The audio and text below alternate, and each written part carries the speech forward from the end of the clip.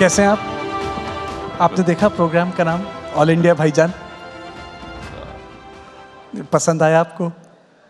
नहीं, आप लोग बदनाम करने पे तुले हुए हैं तो कुछ नहीं कर सकते। नहीं, मैंने तो बड़े प्यार से भाईजान बोला। हम ही भाईजान बनाएंगे, बाकी सब क्या है नहीं मालूम। चलिए, मुझे तो लगता था भाईजान प्यार से बोला जाता है। वैसे साहब, एक चीज बताइए, आपने 2008 से अब तक 11 राज्यों में अपनी पार्टी पहुंचा दी। दिल्ली पर नजर है? नहीं, ऐसा कुछ नहीं है, दिल्ली पर नज़र नहीं है मेरा। देखिए, कोई पॉलिटिकल पार्टी का एक नेचुरल एक्सपेंशन का प्लान होता है, तो हमारी पार्टी की भी हम कोशिश कर रहे हैं कि, और इससे भारत की लोकतंत्र मजबूत होगा, डेमोक्रेसी मजबूत होगी, तो वही उसमें काम कर रहे हैं। और ईमानदारी की बात तो यह है कि हमारे बुज़ुर्गों की मेहनत का फ़ायदा मैं उठा रहा हूँ। उन्होंने इतनी पार्टी को मजबूत किया उस वक्त आंध्र प्रदेश में कि मैं अब उसको आगे लेके जा सकता हूँ, तो क्रेडिट उनको जाता है। पर कुछ लोगों को दर्द भी है इस बात का कि आप मजबूत हो रहे हैं, वो कमज़ोर हो रहे हैं, जहाँ पहुँचते हैं वो सत्ता से दूर हो जाते हैं। तो कंपटीशन है, तो कंपटीशन में सबको मेहनत करना पड़ेगा। कभी मैं नहीं जीतता हूँ, कोई दूसरा जीतता है, तो इसमें तो कोई ताजुब की बात नहीं होनी चाहिए। उसमें तो सबको मेहनत करना है, काम करना है, आवाम का दिल जीतना है। आपकी फ़ैन फॉलोइंग तो बहुत है, चाहे यहाँ हो, हैदराबाद में हो, कश्मीर में हो, दिल्ली में हो। इसका सीक्रेट क्या है?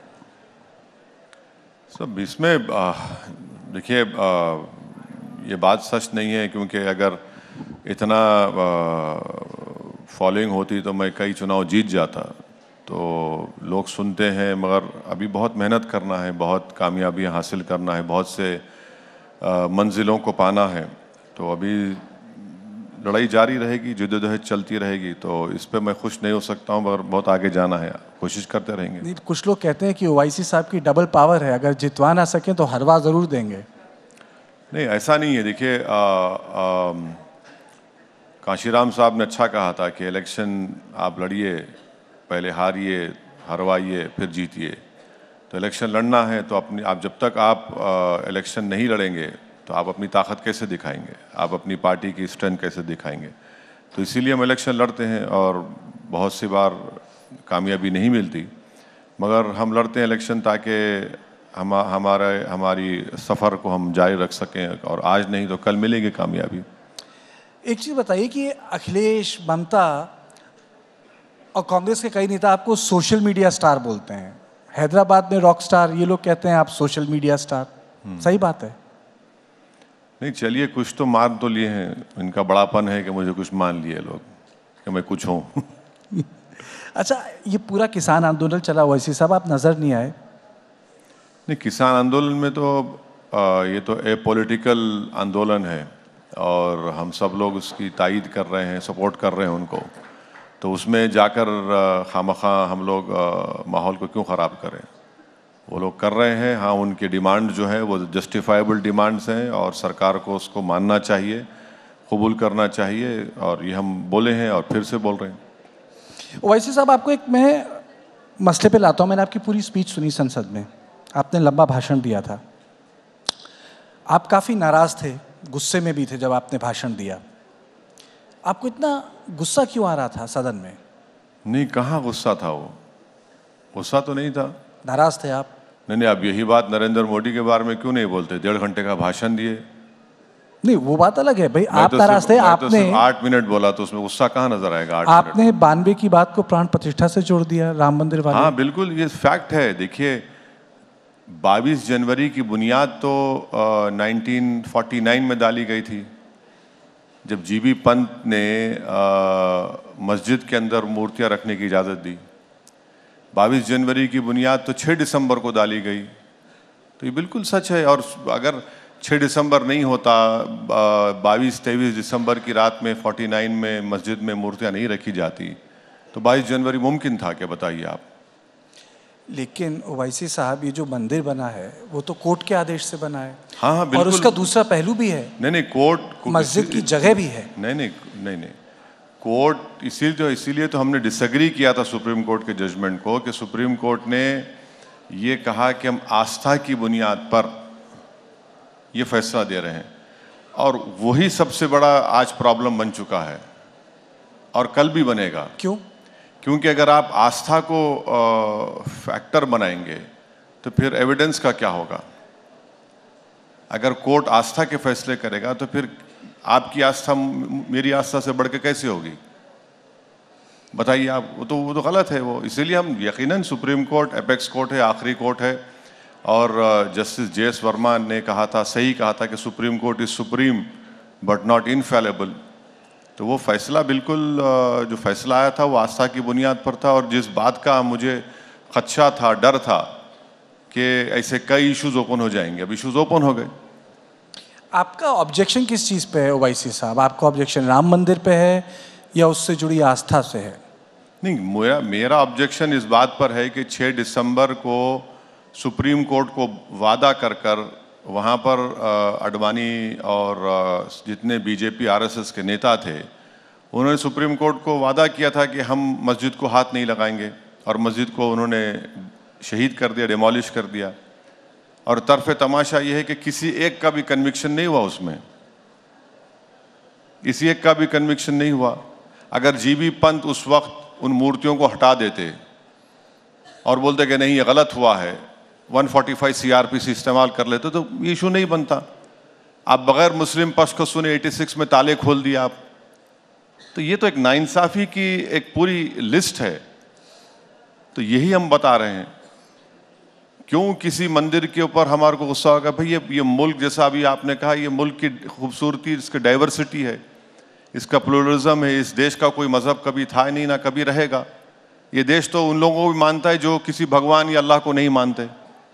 तो इस देश को अगर आप एक समुदाय, रिलीजन से जोड़ देंगे तो ये तो संविधान के खिलाफ है।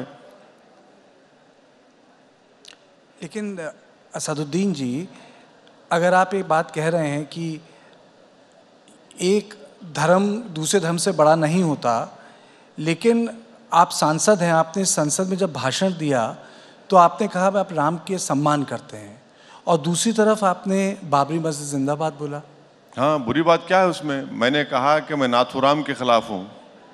आप खिलाफ है नहीं नाथूराम के, सबको होना चाहिए नाथूराम के खिलाफ। और बाबरी मस्जिद जिंदाबाद बोलना गलत बात क्या है? बाबरी मस्जिद को तो मंदिर तोड़कर नहीं बनाया गया, सुप्रीम कोर्ट ने कहा। बिल्कुल, सुप्रीम कोर्ट ने कहा कि वहां पर मंदिर तोड़कर नहीं बनाया गया। तो ये आर्गुमेंट जो बीजेपी झूठ फैला रही थी कि मंदिर तोड़कर मस्जिद बनाया गया, वो तो सुप्रीम कोर्ट नकार दिया। अच्छा, आप बताइए बीजेपी को राम मंदिर कब याद आया? नहीं, मैं बीजेपी का प्रवक्ता नहीं, बता रहा हूं आपको। पालनपुर का रेजोल्यूशन 1989 में पास किया, उससे पहले तो नहीं हुआ। आरएसएस बनी 1924-25 में, जब उन्होंने बात नहीं की। विश्व हिंदू परिषद बना 1960 में, वो नहीं बात किए। महात्मा गांधी से लेकर, सरदार पटेल से लेकर, के मुंशी से लेकर, बाल गंगाधर तिलक से लेकर, मालविया साहब से लेकर, किसी ने बात नहीं की वहां पर। आप 89 में पालनपुर रेजोल्यूशन पास करके आपने कहा कि मंदिर को तोड़कर मस्जिद बनाई गई, वो तो डिस्प्रूव हो गया। लेकिन राम मंदिर का आंदोलन तो बीजेपी से पुराना है, वो तो सबको पता है। हेमंत जी की किताब भी पढ़ लीजिए। 250 साल पुराना है। 1800, देखिए लीगल फाइट चल रहा था 1875-80 में। मस्जिद के सामने चबूतरा था, मस्जिद पे झगड़ा नहीं था, वो चबूतरे पे झगड़ा था। वही तो हम बता रहे हैं आपको। लेकिन वो आस्था की भी तो बात है ओवैसी साहब। चबूतरा बाहर है भाई, मस्जिद में अंदर तो नहीं था। आपने चबूतरे को छोड़कर मस्जिद के अंदर मूर्तियां रख दी और उसके बाद लॉक डाल दिए। अच्छा, आपको मालूम कि जो कलेक्टर साहब ने ये मूर्तियां रखकर मस्जिद को बंद किया, वो बाद में नायर साहब जनसंघ के एमपी बन गए वहां से। नहीं, वो ठीक है, लेकिन आपको नहीं लगता कि अगर इन तीन चीज़ों पे समन्वय हो जाता, जैसा कि बोला जा रहा था 80 के दशक में, कि वापस कर दिया जाए काशी, मथुरा, अयोध्या, तो बड़े मसले हल हो जाएंगे? नहीं, आप सब चीज ले लीजिए ना। वो दो क्यों लेते आप? सब ले लीजिए, कुछ बाकी मत रखिए आप। भाई कोई रूल ऑफ लॉ रहेगा नहीं रहेगा, बताइए आप। अब आप कहेंगे कि भाई वो आस्था की बुनियाद पर हम दे दिए, यहां पर क्या वो भी आस्था बोल देंगे, आप वहां पर भी आस्था बोल देंगे, तो फिर संविधान किस लिए है? फिर कोर्ट किस लिए है? एविडेंस किस लिए है? सब दे दीजिए, फिर आप खत्म कर दीजिए। दो पे क्यों रुकते आप? सब ले लीजिए। अच्छा चलिए, आपने संसद में एक मौलाना आमिर अली और बाबा रामचरण दास की बात की थी, आपने कहानी सुनाई थी। मैं चाहूँगा कि यहाँ जो हमारे गेस्ट बैठे हैं, आप वो कहानी यहाँ एक बार सुनाएं, दोहराएं। देखिए, मौलाना अमीर अली और बाबा रामचरण दास तो हनुमानगढ़ी के बाबा थे। इन दोनों ने मिलकर अंग्रेजों के खिलाफ लड़ाई लड़ी। इन दोनों ने मिलकर, एक मौलाना है, एक हनुमानगढ़ी के पुजारी हैं, इन दोनों ने मिलकर, ये खूबसूरती है इस देश की। और फिर उसमें मैंने अपने स्पीच में उनका भी जिक्र किया था कि अच्छन खान और शंभू प्रसाद, बाबा एक को जला, मुसलमान की लाश को अंग्रेजों ने जला दिया और शंभू प्रसाद साहब की लाश को दफना दिया, और किसी ने जाकर बोला कि हम नहीं चाहिए, नहीं वैसे हिंदुस्तान चाहते हैं। हाँ, वैसे हिंदुस्तान ये मोहब्बत के मज़ाहिरे थे इस देश के लिए। और अंग्रेज़ों ने जो नफरत के बीज बोए मुसलमानों में और मेजॉरिटी कम्युनिटी में, जब लड़े अंग्रेज़ों से लड़ाई, तो मुसलमान और हिंदू सब मिलकर, सिखों ने मिलकर लड़ी थी, ईसाइयों ने मिलकर लड़ी थी, तभी तो मुल्क को आज़ादी मिली। लेकिन इस कहानी का एक दूसरा पहलू भी है। अमृतलाल नागर की जो किताब है उसमें उसका जिक्र है, और उस किताब यानी गदर के फूल में लिखा है कि ये दोनों चाहते थे, और उन्होंने मौलाना साहब ने कोशिश भी की थी कि ये जो विवादित ढांचा है ये हिंदुओं को दे दिया जाए। अब ये देखिए, व्हाट्सएप यूनिवर्सिटी में बहुत से कहानियां लिखी जाती हैं। हिस्टोरियन जो होते हैं ना, अमृतलाल नागर की किताब है। नहीं, ठीक है, व्हाट्सएप यूनिवर्सिटी से कहा है। ठीक है, वो जो हिस्ट्री की किताबें हैं, मैं डिसएग्री करता हूँ, मगर ठीक है, उनका ओपिनियन होगा, चलिए मान लिया आपकी बात सच है, मगर वो मोहब्बत के मज़ाहिरे तो कर दीजिए कि एक ही पेड़ के ऊपर दोनों की लाशों को लटका दिया गया था। वो मोहब्बत के मज़ाहिरे तो करिए ना, वो मौका तो दीजिए। तो अगर मौलाना साहब आज होते तो वे मानते कि जो ज्ञानवापी है मथुरा दे दी जाए, क्योंकि तब भी कोशिश कर रहे थे। अब आप देखिए, ज्ञानवापी की आप बात कर रहे हैं, यहां पर अदर साइड ये कहती है कि हमारा पोजीशन हमसे छीन लिया गया 93 में, राइट, और हमारे पास 1530 के कागजात हैं। बाबरी मस्जिद में मेरे पास, मैं 500 साल से नमाज पढ़ रहा हूं, मेरा भी पोजीशन आपने छीन लिया मुझसे। यहां पर आपको इजाजत मिल जाती है और मुझे वहां पर नहीं मिलती। अब आपको मालूम कि मथुरा की आप बात कर रहे हैं, जो एग्रीमेंट 1960s में मुसलमान और हिंदू पक्ष में, उस पर सिग्नेटरी कौन था हिंदू तरफ से? मालविया साहब थे, मदन मोहन मालविया। लेकिन बात तो आस्था की है। नहीं, इनसे बड़ा कोई हिंदू हो सकता मदन मोहन मालविया से? कि मदन मोहन मालविया से बड़े हिंदू हैं। एग्रीमेंट साइन होकर मुसलमानों ने 8 एकड़ जमीन दी, 8 एकड़ जमीन दी। अब आप उसको 2023 में आप खोल रहे हैं उसको। लेकिन वाईसी साहब, अगर आस्था के मामले, मेरे ख्याल से मथुरा, काशी और अयोध्या एकदम अलग हैं बाकी मंदिरों से। नहीं, देश आस्था पे नहीं चल सकता ना। कल अगर मैं पावर में आ जाऊंगा गलती से, मैं गलती से पावर में आ गया, अभी क्या? नहीं, सुनिए आप, अभी भी पावरफुल है।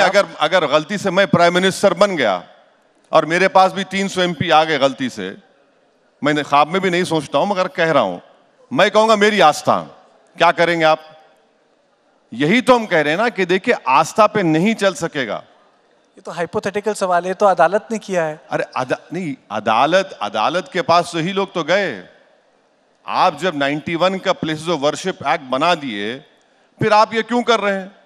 जब आपने कह दिया कि 15 अगस्त 1947 को बाबरी मस्जिद को छोड़कर जो भी रिलीजियस प्लेस होगा उसके कैरेक्टर में, नेचर में तब्दीली नहीं आएगी, तो फिर ये सब क्यों हो रहा है? फिर आप ये कह रहे हैं कि मुस्लिम पक्ष को ठीक से सुना नहीं जा रहा? जी, आप कह रहे हैं कि मुस्लिम पक्ष को ठीक से सुना नहीं जा रहा? नहीं, मैं ये कह रहा हूं कि अब कानून बना दिए तो कानून को फॉलो करिए। जब सुप्रीम कोर्ट ने बाबरी मस्जिद, राम मंदिर डिस्प्यूट में कह दिया कि places of worship act 91 basic structure से उसका ताल्लुक है और नॉन डिट्रोगेशन का वर्ड इस्तेमाल किया, तो उसको फॉलो करिए ना। ज्ञानवापी पे तो अदालत का कहना है कि उसके दायरे पे नहीं आता है। किसके? कानून के दायरे में नहीं आता है। कैसे नहीं आता है? कैसे नहीं? तो अदालत हमने जब पार्लियामेंट में ये कानून पास कर दिया, सिर्फ इस जगह को छोड़कर, मैं तो वो भी गलत था, इस जगह को छोड़कर सब डिस्टर्ब नहीं करेंगे, तो क्या मतलब है फिर उसका? आप तो लॉयर हैं, बिल्कुल मैं कह रहा हूं, लॉयर हैं, लेकिन मुझे एक चीज बताइए, जब आपको अदालत की बात पे ही विश्वास नहीं तो मामला कैसे सुलझेगा? अदालत की बात देखिए, अदालत के फैसले को मानते हैं और डिसएग्री भी करते हैं, वही तो खूबसूरती है जमहूरियत की। जरूरी नहीं है ना, मैं किसी की तौहीन नहीं कर रहा हूं, मैं कह रहा हूं कि रेस्पेक्टफुली मैं इस जजमेंट को नहीं मानता हूं, इसमें कोई गलत बात नहीं है। एक चीज बताइए, ये आपको लग रहा है कि मुस्लिम पक्ष को या तो सलाह ठीक से नहीं मिल रही या अदालतें उनकी बात नहीं सुन रही, आप इतने बड़े बैरिस्टर लॉयर हैं, आप उनको क्यों नहीं सलाह देते? अरे भाई, मुझसे बेहतरीन वकील वहां पर आर्ग्यू कर रहे हैं। अगर प्लेसेस ऑफ वर्शिप एक्ट 91 को सुप्रीम कोर्ट्स नहीं मानेंगे तो फिर कानून का फायदा क्या है? फिर पार्लियामेंट तो कानून बनाएगा ना, कोर्ट तो नहीं बनाएगा। जब पार्लियामेंट ने कानून बना दिया और सुप्रीम कोर्ट ने राम मंदिर बाबरी मस्जिद केस में कह दिया कि प्लेसेस ऑफ वर्शिप एक्ट का ताल्लुक भारत के बेसिक स्ट्रक्चर से है, लफ्ज नॉन रिट्रोग्रेशन उन्होंने इस्तेमाल किया, तो फिर कोर्ट्स को तो लोअर कोर्ट्स को फॉलो करनी चाहिए। ओवैसी जी, लोग ये भी कहते हैं कि आप मामले को सुलझाते नहीं, कई बार भड़का देते हैं। जब ज्ञानवापी का मामला चल रहा था तो आपने वो 6 दिसंबर टाइप बात कह दी। हाँ बिल्कुल बिल्कुल सही है वो। क्यों, क्या 6 दिसंबर नहीं, क्या आपकी नजर में 6 दिसंबर अच्छा दिन था? नहीं, आपने बोला 6 दिसंबर। नहीं, आपकी नजर में या देश की नजर में 6 दिसंबर अच्छा दिन था क्या? पुराने घाव को करना अच्छी बात है। सुप्रीम कोर्ट को वादा करके आपने तोड़ दिया, नहीं हाथ लगाएंगे। अच्छा, हैरत की बात, तो घावों को हरा करना अच्छी बात है। देखिए, जख्म जो दिया गया था उस जख्म को याद रखिए, दोबारा जख्म नहीं लगना चाहिए। आप हिस्ट्री से सीखते हैं, हिस्ट्री को रिपीट नहीं होने देते आप। पर ऐसा तो कुछ हुआ ही नहीं उसके बाद। आप बताइए, कोई एक ऐसी मस्जिद है जहां मॉब घुस के जिसने तोड़ दिया? मॉब ने तोड़ दिया। तो आप इंतजार करेंगे तोड़ने के लिए? मैं इंतजार नहीं कर रहा, आपने बोला हो रहा है, मुझे तो विश्वास है यहाँ के लोगों में। देखिए, मस्जिद को कैसे तोड़ा गया? सुप्रीम कोर्ट को बोलकर नहीं तोड़ेंगे, तोड़ दिए। आपको मालूम है, दिल्ली में 600 साल पुरानी मस्जिद को बगैर लीगल प्रोसीडिंग्स फॉलो करे आपने तोड़ दिया दिल्ली में। और वो सरकारी था। आप बात कर रहे हैं अनकंट्रोल्ड क्राउड और लोगों की, दोनों अलग चीजें हैं। वो एक सरकारी था। नहीं, वो एक सरकारी था। अब तो आपको मॉब की जरूरत भी नहीं है, गवर्नमेंट खुद तोड़ रही है। ये आरोप है। नहीं, अरे भाई, एक आरोप है, एक एनडीएमसी का एक्ट है। कोई एक्ट नहीं है, कोई एक्ट नहीं। देखिए, और एक अनकंट्रोल्ड मॉब था। अनकंट्रोल मॉब वहां पर आप कौन लेकर गए? मैं टीवी 9 के दफ्तर पर एक मॉब को ला लूं और अदालत फैसला नहीं, सुनिए, हेमंत साहब के ऑफिस को तोड़ दूं नहीं और बोलूं अनकंट्रोल मॉब था? अरे ये क्या बात है? अरे दो अलग चीजें। अरे कानून तो रहेगा ना मेरे भाई, इसका मतलब देश मॉब से चलेगा? तो फिर आप एल कैपोन को मना दीजिए प्राइम मिनिस्टर। अदालत, अयोध्या में अदालत, बाकी जो मसले हैं मथुरा के वो अदालत। मेरा एक ही बेसिक सवाल है, हल्द्वानी में अदालत। सुनिए, आप ही की जबान में, अगर ये मॉब 6 दिसंबर को मस्जिद को नहीं तोड़ता तो कोर्ट का फैसला क्या आता? बताइए मेरे को। ये तो हाइपोथेटिकल बात है। अरे हाइपोथेटिकल बात नहीं है, बिल्कुल जो हुआ ना, आपने फेट अकम्पली कर दिया मेरे लिए। आपको नहीं लगता लोगों की आस्था महत्वपूर्ण है देश में? अरे भाई, आस्था से देश नहीं चलता मेरे दोस्त, संविधान से चलता है। अगर आप आस्था पे चलाएंगे तो फिर आपकी आस्था मेरी आस्था बड़ी कैसी होगी? जरूरी है कानून, संविधान जरूरी है कानून के लिए, पर देश तो हमारी देश में आस्था तो महत्वपूर्ण है। नहीं, आस्था सब है, मगर संविधान पर भरोसा होना चाहिए। अच्छा बताए, प्राण प्रतिष्ठान क्या था? संविधान था, इस देश की आस्था थी, जहां इस देश के सारे बड़े लोग मौजूद थे। कौन? प्राण प्रतिष्ठा अयोध्या में। अरे भाई, मैं कह रहा हूं कि अगर 49 में जीबी पंत मूर्तियों को रखने की इजाजत नहीं देते और नायर साहब अपना ईमानदारी से काम करते तो 22 जनवरी होता। उससे पहले भी कई बार कोशिश हुई। क्या? निहंग भी थे वहां। कहाँ पे? अयोध्या में। ऐसा नहीं है कि जो अयोध्या का इतिहास है कि कौन थे? अयोध्या का इतिहास 25, 30, 40 फिर से निहंग लोग मूर्ति पूजा करते। अरे आप कैसी बात कर रहे हैं? आप कैसी बात कर रहे हैं? किताब लोग मूर्ति पूजा करते ही नहीं है। निहंगों का एक बहुत महत्वपूर्ण योगदान है। निहंग लोग मूर्ति पूजा नहीं करते मेरे भाई। अरे देखिए, निहंगों का बहुत महत्वपूर्ण योगदान है। ऐसा है ना कि हर मजहब में गद्दार लोग होते हैं, तो क्या करेंगे उनको? आप निहंग बोल देंगे उनको? आप किसको गद्दार बोल रहे हैं? बहुत से लोग हैं। नहीं, कौन गद्दार है? अरे बहुत। मैंने गद्दार शब्द का इस्तेमाल नहीं किया। टीपू सुल्तान को शहीद करने मरवाने वाले मुसलमान गद्दारी थे उसमें।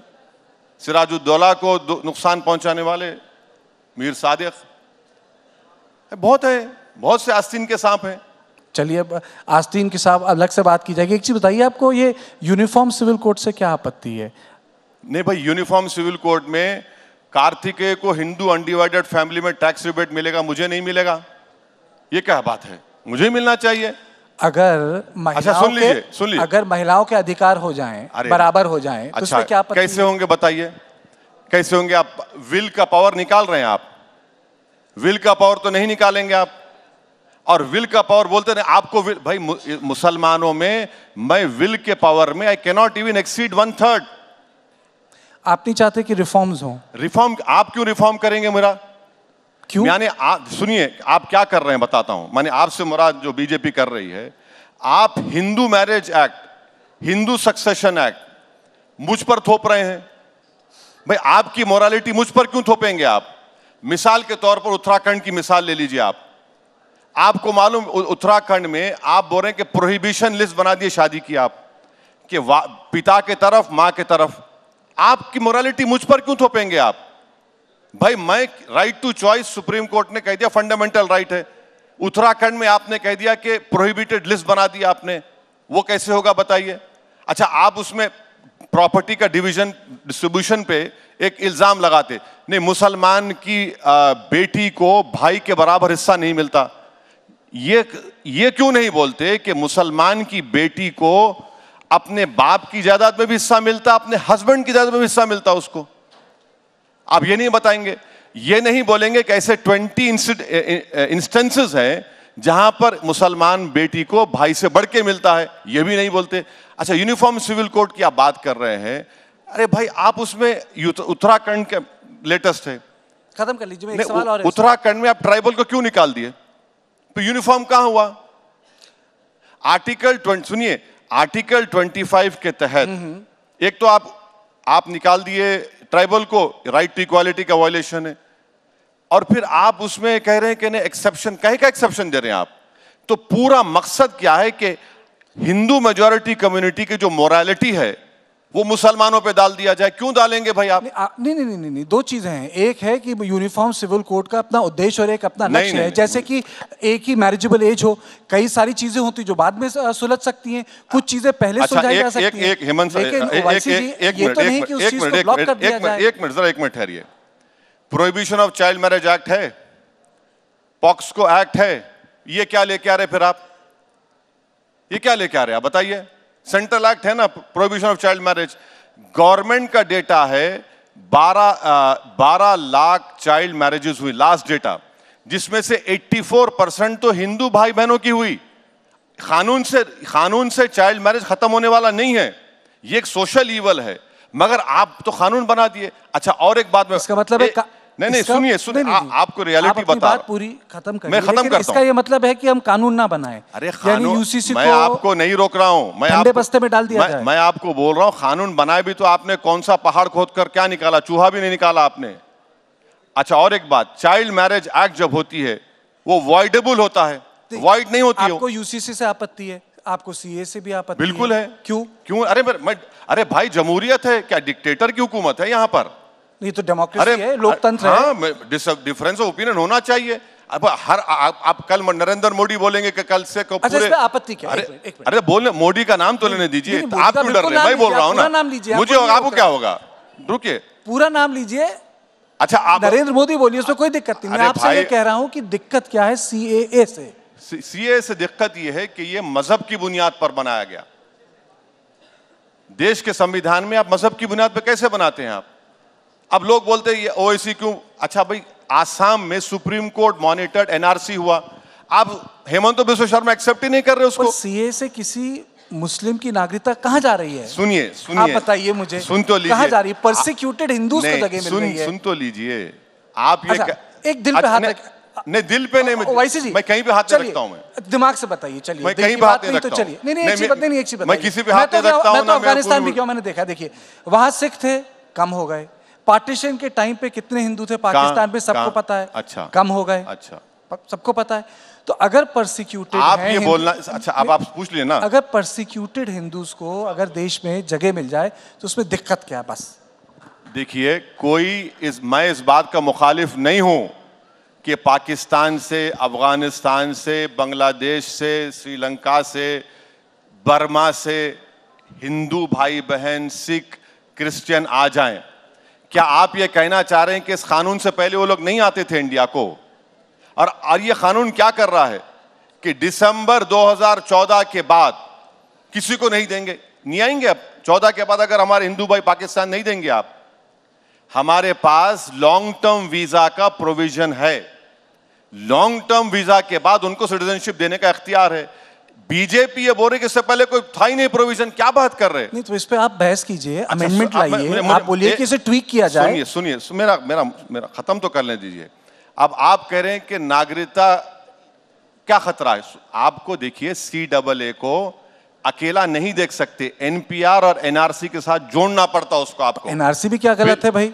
सुन तो आप देखिए ना, मणिपुर में आपने मणिपुर पे इतने इंटरव्यूज दिए। मुकम्मल करने देंगे या अपनी बात करें? अच्छा चलिए बात कीजिए। हाँ, NPR NRC, आप सेंसस नहीं कराते, आप सेंसस नहीं कराते। NRC जब होगा तो मुझसे कहा जाएगा कि अपने दादा का बर्थ सर्टिफिकेट लाओ, आधार कार्ड, ये उस आधार कार्ड को भी पढ़ा आपने? उसमें लिखा हुआ है कि this is not proof of citizenship. कितने लोगों के पास पासपोर्ट है भारत में? 5%। मैं बता रहा हूं आपको, यही तो इसकी हम मुखालिफत कर रहे। आप रिलीजन का लफ्ज निकाल दीजिए CAA में, करिए। कौन रोक रहा है? कौन रोक रहा है इनको? आप रिलीजन की बुनियाद पर कानून बना रहे। अच्छा, और एक हैरत की बात, supreme court monitored NRC Assam में हुआ क्योंकि हेमंत बिस्व शर्मा की जो दिली ख्वाहिश थी उसमें ज्यादा मुसलमान नहीं आए। बोले मैं नहीं मानता उसको। क्यों नहीं मानते भाई? आप सुप्रीम कोर्ट मॉनिटर्ड है ना वो तो CAA को ये रिलीजन की बुनियाद पर बनाया गया, गलत है। आप पाकिस्तान बांग्लादेश से जो हमारे हिंदू परसिक्यूटेड भाई आ रहे, सिख आ रहे, दीजिए, पहले भी कानून था। तीसरी बात यह है कि CAA को अकेला मत देखिए, NPR NRC से जोड़कर देखिए, तब आपको समझ में आएगा ये। ठीक, पर आप हर चीज को फिर मुसलमानों के खिलाफ साजिश क्यों बोलते हैं? बिल्कुल है, क्यों नहीं हो रही है? बिल्कुल है। अच्छा, आपको मालूम कि पंडित नेहरू के जमाने में कितने लोगों को बांग्लादेश भिजा दिए थे? माने पाकिस्तान उस वक्त बांग्लादेश नहीं बना था। क्यों बनाए थे? इसी वजह से भिजा दिए थे। ये एक हिस्ट्री है ना। दूध के जले छाछ को भी फूक फूक कर पीते हैं। चलिए ठीक है, आइए शुद्ध राजनीति की बात की जाए, शुद्ध राजनीति की। ओवैसी साहब, आप खड़े कहाँ हैं? किसके साथ हैं? किसके साथ खड़े हैं? आपने एक बीच में बोला था ना महबूब ना महबूबा। नहीं, देखिए, हम जहां खड़े ना, आपने बोला ना मोहब्बत की दुकान के पास ना। नहीं, देखिए, आप दूसरा शब्द आप दूसरा आप बोलेंगे? अरे आप बोलेंगे मैं बोल दूंगा, मुझे क्या है? नहीं, आपने बोला महबूबा के पास नहीं जाऊंगा, महबूब से दूर रहूंगा, ये दुकान भी ठीक नहीं है। नहीं, हम जहाँ खड़े हैं अच्छी जगह खड़े हैं, जमीन हमारी मजबूत है। अब जो लोग जहाँ खड़े हैं, जो दुकानें खोल रहे हैं, वो बता दें क्या करेंगे। 185 लोकसभा सीट में से आप सिर्फ 16 जीतते हैं। अब हिमाचल में आपकी सरकार जाने पे आ गई। अब हिमाचल में सरकार, अभी लेटेस्ट न्यूज, हिमाचल में सरकार जा रही है आपकी। तो आप जमीन अपनी खो रहे हैं और आपको सिर्फ फिक्र क्या है? मुस्लिम वोट, मुस्लिम वोट, मुस्लिम वोट। और मुसलमानों को लगता है कि भाई वो बहुत बड़ा भौचाल हो जाए। कुछ नहीं होगा। इसीलिए हम बोल रहे हैं कि भाई आप अपनी पॉलिटिकल लीडरशिप को बनाइए और आगे लेकर चलिए।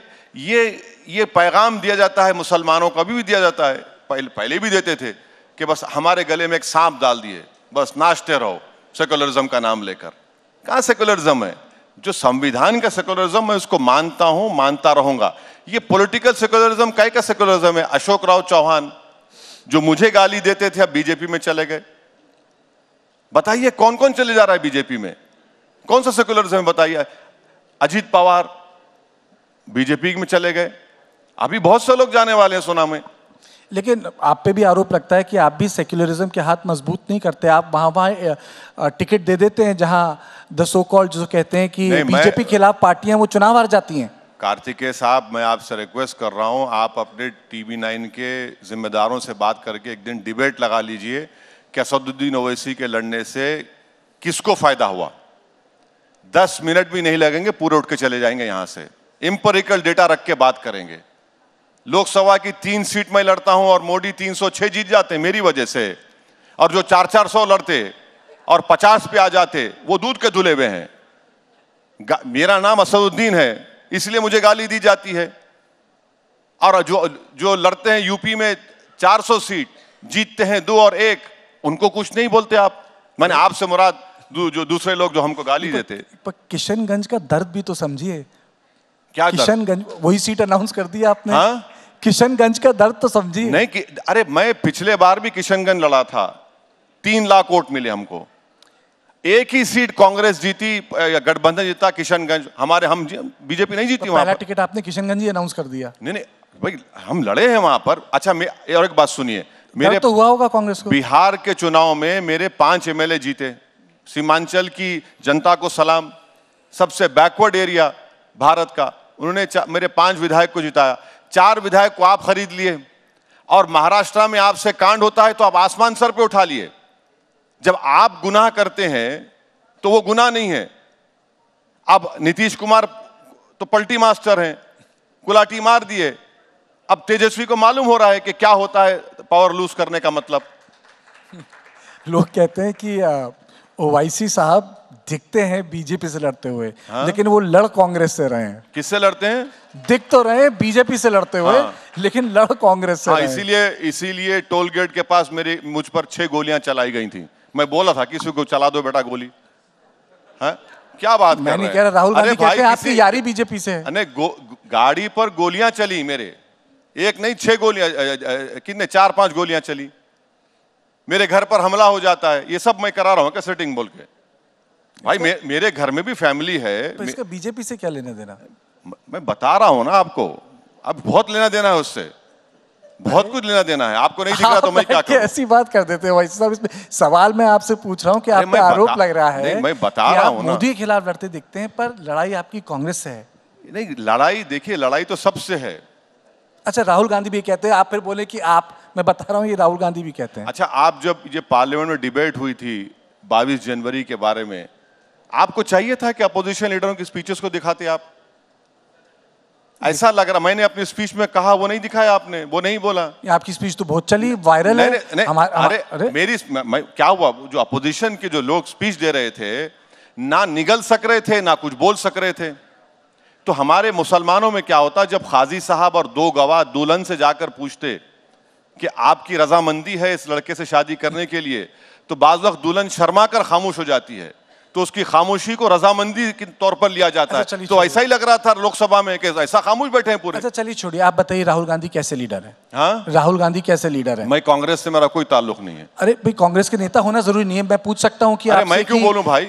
बराक ओबामा कैसे लीडर थे? आप पूछिए कि आप कैसे एंकर हैं, बोलूंगा मैं कुछ। नहीं, वो तो आप कभी भी बोल सकते हैं, आपको तो 20 साल से जानता हूँ। मुझे ज्यादा मालूम। मैं पूछ रहा हूँ आपसे कि राहुल गांधी कैसे नेता? मुझे नहीं मालूम भाई, मुझे नहीं मालूम। मैं ट्विंकल ट्विंकल लिटिल स्टार हूँ, बड़े लोगों में क्यों ले जाके मिला रहे मुझे? अच्छा, वो जाने वाले भाई, ऊपर है, हम नीचे हैं, जमीन पर है, मेरे को नहीं मालूम उनके बारे में। ये तो बिल्कुल मोदी जी वाली बात कर दी आपने, नामदार और कामदार। नहीं, मैं ये सब नहीं कह रहा हूँ ना, मैं नहीं जानता भाई, बड़े लोग हैं, आप क्यों ले जाके मिला रहे मुझे? अच्छा एक चीज बताइए, अरविंद केजरीवाल आपको बीजेपी का छोटा रिचार्ज बोलते हैं? हाँ बिल्कुल है, छोटा रिचार्ज। अब आप बोल रहे हैं तो मानता हूं मैं। अरे मेरे कहने से क्या होता है, वो तो केजरीवाल कह रहे हैं, वो कह रहे हैं आपको। अरे भाई वो क्या कर रहे हैं वो? और आप भी कहते हैं केजरीवाल को छोटा रिचार्ज? नहीं, वो उनके एजेंडे में 370 का मामला आया, ये सपोर्ट किए। उनका जो एजेंडा है वो सॉफ्ट हिंदुत्व नहीं है, एक्चुअल हिंदुत्व फॉलो कर रहे हैं केजरीवाल। ढकी छुपी बात कहां है, ये सब जानते हैं। लोकसभा चुनाव ज्यादा दूर नहीं है, आप किसी से गठबंधन करना चाहेंगे? नहीं, हम तो बिल्कुल करना चाहेंगे। अगर कोई होगा बातचीत चल रही है, होगा तो अच्छा है, नहीं तो लड़ेंगे। किससे कहेंगे? क्योंकि मैंने आपसे पूछा था ना पहले कि महबूब के पास भी नहीं जाएंगे, महबूबा के पास भी नहीं जाएंगे, दुकानदार के पास भी नहीं जाएंगे, फिर आपने वो चौकीदारी वाली बात भी कह दी, तो जाएंगे किसके पास आप? अरे जनता के पास जाएंगे, जनता के आवाम के पास जाएंगे, अपनी बात रखेंगे और रखते आए रखेंगे। चलिए, अगर इंडिया आपको न्योता देता है, इंडिया गठबंधन आपको बुलावा देता है, बुलाता है आदर से, सत्कार के साथ, जाएंगे? हाइपोथेटिकल सवाल का जवाब प्रेजेंट में कैसे दे सकता हूं मैं? मेरे को तो नहीं मालूम। वो तो खुला कह चुके हैं कि हमको इनसे मतलब नहीं है।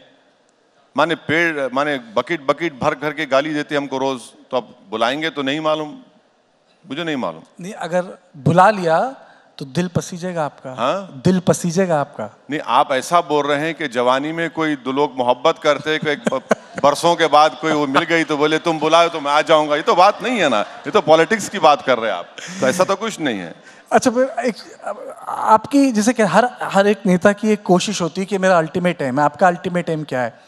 बीजेपी को पावर से बाहर रखना या कांग्रेस को सत्ता से दूर रखना? देखिए, भारत की जमहूरियत उसी वक्त कामयाब होगी जब हर समुदाय को उसका हिस्सा मिलेगा पॉलिटिक्स में, सोशल लाइफ में। ये हमारे जो बुजुर्ग थे आज़ादी की लड़ाई लड़ाई, उनका ख्वाब था, उस ख्वाब को पूरा करना है कि सबको हिस्सा मिले, बराबरी का हिस्सा मिले। तो वही उसी ख्वाब के पीछे हम दौड़ रहे हैं कि भाई हमको हिस्सा मिलना चाहिए। अगर हिस्सा नहीं मिलेगा तो फिर जमहूरियत, कामयाब जमहूरियत कैसे रहेगी? कामयाब जमहूरियत नहीं रहेगी, लोकतंत्र कामयाब नहीं रहेगा। आपके पास कोई प्लान है मोदी को हराने का? कोई बिग पिक्चर जिसे कहते हैं, बड़ी स्कीम, कोई एक अंडरस्टैंडिंग? क्योंकि ऐसा लग नहीं रहा है कुछ ऐसा होगा। आपके पास है कुछ? नहीं, अब जो प्राइम मिनिस्टर बनना चाहते उनसे सवाल करिए आप।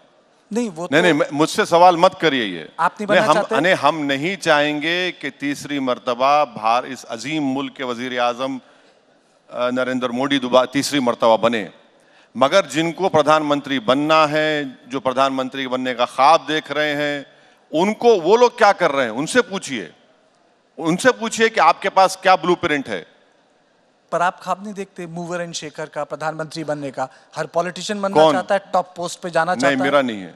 आपका नहीं है? मेरा बिल्कुल नहीं है। मैं जहाँ हूँ खुश हूँ, मैं जो काम कर रहा हूँ, मेरी लड़ाई वही है मेरा। वो देखिए, ये सब बड़े बड़े लोगों के ख्वाब होते हैं, मेरा ख्वाब नहीं है वो। आपका ख्वाब क्या? चलिए वो बताइए। बता दिया आपको, और क्या बोलूंगा मैं। यही ख्वाब है? हाँ, ख्वाब यही है। ख्वाब नहीं, कोशिश है।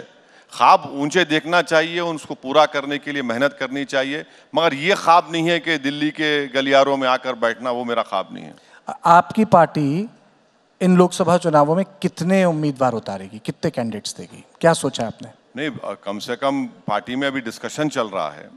बहुत से जगहों से, यूपी से, बिहार से, महाराष्ट्र से, मध्य प्रदेश से, कर्नाटका से लोग बोल रहे हैं। मगर इस वक्त पर यहाँ पर बैठकर टीवी पर बोलना गलत होगा। वो आपने पिछली बार गठबंधन करने की भी कोशिश की थी, जैसे सपा से बातचीत भी चली थी, आप लखनऊ आए थे, एक प्रेस कॉन्फ्रेंस भी हुई थी शायद, अगर मुझे याद है, आपने एड्रेस किया था। ऐसा वो बातचीत तो बहुत चली यूपी में, मगर कुछ हुआ नहीं। वो कोई छोटी पार्टियों से गठबंधन देश भर में होगा? बिल्कुल तो होगा। कुछ तो बताइए। कुछ ना कुछ होगा।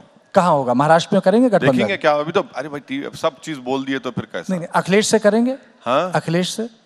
अरे वो उनको मालूम, वो तो उधर बैठ गए जाकर, अपना क्या करेंगे, किससे भी नहीं करेंगे वो। नहीं, पर पिछली बात तो बन ही गई थी, ऐसा लग रहा था।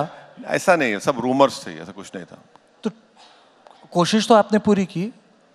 नहीं, अब देखिए, अब ये बहुत सी बातें हैं जो अवामी पब्लिक के लिए नहीं बोलना चाहिए किसी पॉलिटिशियन को। लेकिन फिर भी थोड़ा सा तो बताइए कि आप कहाँ कहाँ कोशिश करेंगे गठबंधन की। अब मैं बता दी ना, इतने स्टेट्स बताया, देखें क्या होता अभी। नहीं, ठीक ठीक बताइए। एक आपने महाराष्ट्र बोला, दूसरा? अब कोशिश, प्रपोजल, पार्टी में बातचीत चल रही है, देखेंगे आगे क्या होता। अच्छा, एक आखिरी सवाल मैं आपसे पूछना चाहता हूँ। भाई साहब, एक आप टूर पर थे अमेरिका, एक टूर पे थे ना अमेरिका, एक बच्चे ने आपसे बड़ा सवाल पूछा था। मैं इसी मन से उस सवाल को दोहराना चाहता हूँ। आप बच्चे हो गए छोटे? आप नहीं, बच्चे नहीं, बात बड़ी थी। और बच्चों के मुंह, और बच्चों की बात भगवान की बात भी कही जाती है। और आपने उसका बहुत शानदार जवाब दिया। तो वही जवाब सुन लीजिए ना। क्या मैं हाँ, क्या बोलूं? पूरी बात सुनाइए। नहीं, आप पूरी बात बताइए, आप पूरी बात बताइए। क्या सवाल था वो? अरे, आपको याद होगा। क्या है वो? उन्होंने, उस बच्चे ने आपसे सवाल पूछा था कि असदुद्दीन ओवैसी पाकिस्तान के मुसलमानों को अपना भाई मानते हैं या नहीं? ये सवाल था। अब ये देखिए, ऐसा है ना कि ये 47 में आज़ादी मिली, 200 साल की गुलामी से आज़ादी मिली, और 2024 में आप मुझसे पूछ रहे हैं। तो हमने जिना के टू नेशन थ्योरी को रिजेक्ट किया, तो ये सवाल पूछा ही नहीं जाना चाहिए था एक मुसलमान से। क्योंकि हमने टू नेशन थ्योरी को रिजेक्ट किया और इस सरजमीन को हमने अपना वतन माना और वतन मानते रहेंगे, तो ये बात गलत है।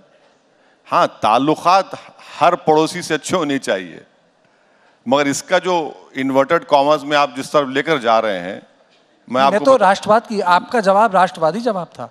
अच्छा, थैंक यू सर। नहीं, आपको मुझे सर कहने की जरूरत नहीं, सुना इसलिए पूछा और बोला। नहीं, राष्ट्र भाई देखिए, ये सच्चाई है। नहीं, आप ही ने बोला था ना। नहीं, हम हमारे बुजुर्गों ने पाकिस्तान, आप ही ने कहा था जब कसाब जैसे बोला था ना, भेज आतंकियों को भेजना बंद करेगा, आपने बोला था, तो उसको दोहराने में क्या दिक्कत है? बोल दिया, क्या क्या बातें याद नहीं आती, कितने बातें बोलेंगे आप? अरे पूरा देश सुन रहा है, भारत। अरे नहीं, हम बोल दिए, हम तो बोले हैं भाई। उस लड़के ने पूछा था, हमने कहा कि भाई साहब अभी आप बात कर रहे हैं, या आज देख लीजिए क्या हो रहा है। बहुत बहुत शुक्रिया, बहुत बहुत शुक्रिया इस सेशन में आपका।